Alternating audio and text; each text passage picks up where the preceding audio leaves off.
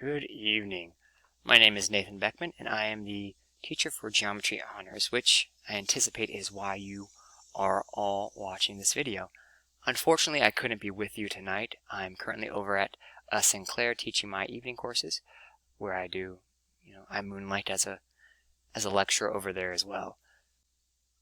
What I am showing you on the screen right now is the landing page of Canvas. So if you come to Canvas, which is what we use for all our courses, and when you click on Geometry Honors, this will be the first thing you see.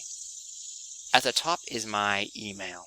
That's the best way to contact me, especially now that we're doing remote learning, where I will not be in my classroom to answer the phone or to see you as you drop by, right? So email is the best way. However, if you would like to have a phone conversation, if you email me first, we can set that up, right? I can either arrange a phone call or a Zoom sort of face-to-face video chat, whatever you prefer.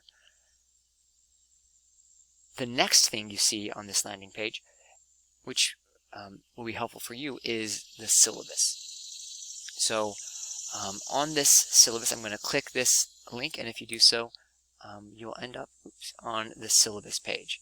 So on this page, you'll see first some of our materials. So we have the geometry textbook, which everyone already has. That's the main pattern of what we're going to go through.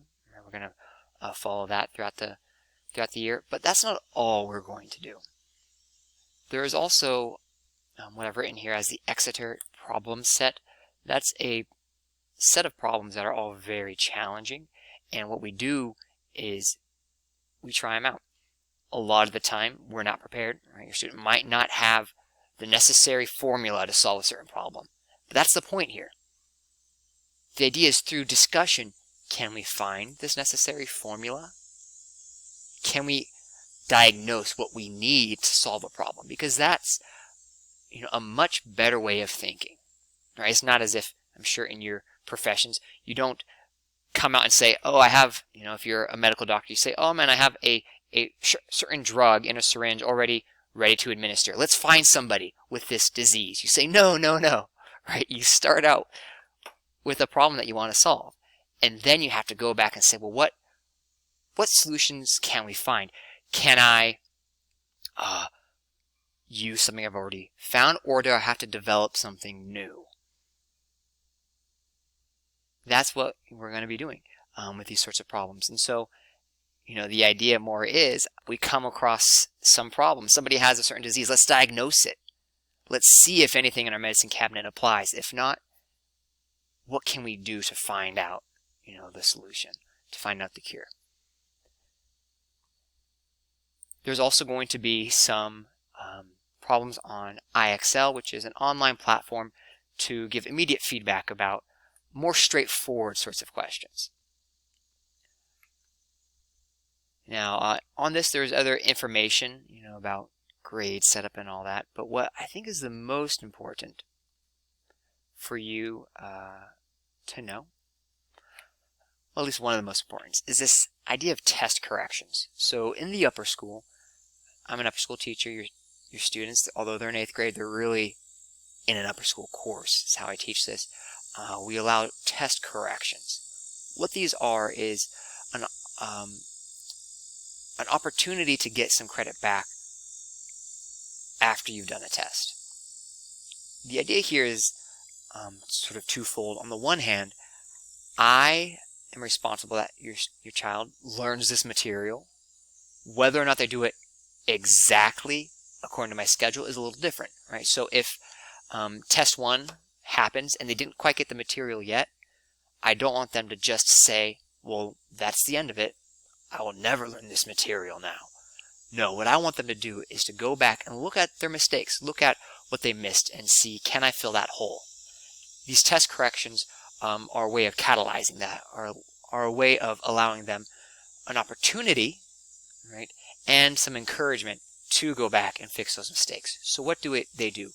Well, they go back over their tests and say any problem that they've missed, they now have to figure it out, right? So now let's find a solution, which is good. So they can get a solution. but I really want them to learn this. And so not just do they get a solution, but can they explain the solution step by step? And can their explanations be so clear that I could take this problem that they've written out, hand it to another student who also struggled with this problem, and then have that other student come to some realization. My hope is that these test corrections will turn your student into a teacher, so they don't understand this problem on the test. After the test, they can go back and learn it so well that they're gonna that it is going to stick with them. So what do they get out of it besides this great opportunity to learn? Well, I give them back some missed credit, right? That sort of catalyzes it. So this could turn a 70% on a test into an 80%, right? So it can change a letter grade because they get up to a third of the points back, up to a third. Now, the other reason I do this, which is helpful from the side of anxiety and managing that, is I know in the honors course a lot of students take their schooling very seriously, and so grades are a big sort of indicator to them, and so anxiety is often subsequent upon receiving a test grade.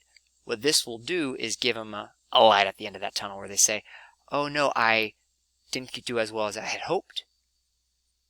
Now's not the time to give up. I can get some of those points back, right? So this can change. Maybe I was hoping to get a 90 and I got an 85 instead. If you do good test corrections, you can change that 85 into a 90. So that's what these are really for. And as a parent, if your student or if your child comes home and they say, I didn't do so well on this test, I'm a little bummed out about that, well, give them the bowl of ice cream or whatever you do, but then say, well, hang on a second. You still have test corrections to do, so you can get some of those credits back. You can improve your score. And that, I think, is the biggest thing. If you don't get anything else out of this, that's sort of the most important, I think, when it comes to anxiety management at home, subsequent upon tests, the bane of so many students' existence. Now, back on the Canvas course, there are a few other resources there for your children. A lot of them are, as indicated here, under the syllabus tab. It's just the syllabus sort of being a sense of here's all your resources. So there's deadlines and things, how they're posted. This is where you can find those IXL, Exeter problems. And then there's a few other online resources here for practicing with writing proofs, which is huge. That's really why we study geometry. I normally like to begin this with a story of Plato's Academy and how the philosopher Plato had a sign above his door which said, let no one ignorant of geometry come in. Because it's through studying geometry that really we learn clear thinking. That's the first and simplest place to do it. And how do we do that? How do we know we've shown something? Via proofs. And so proofs are going to be huge in this class. I actually tell them, proofs, the logic you get from geometry will be likely more important than anything you learn about shapes, right? But the structures are something that you can carry into any other class, any other conversation, or anytime you argue a point. Well, this is getting a little long, so thank you for watching, and please reach out to me if you do have any questions or any follow-ups you'd like. All right, have a good night.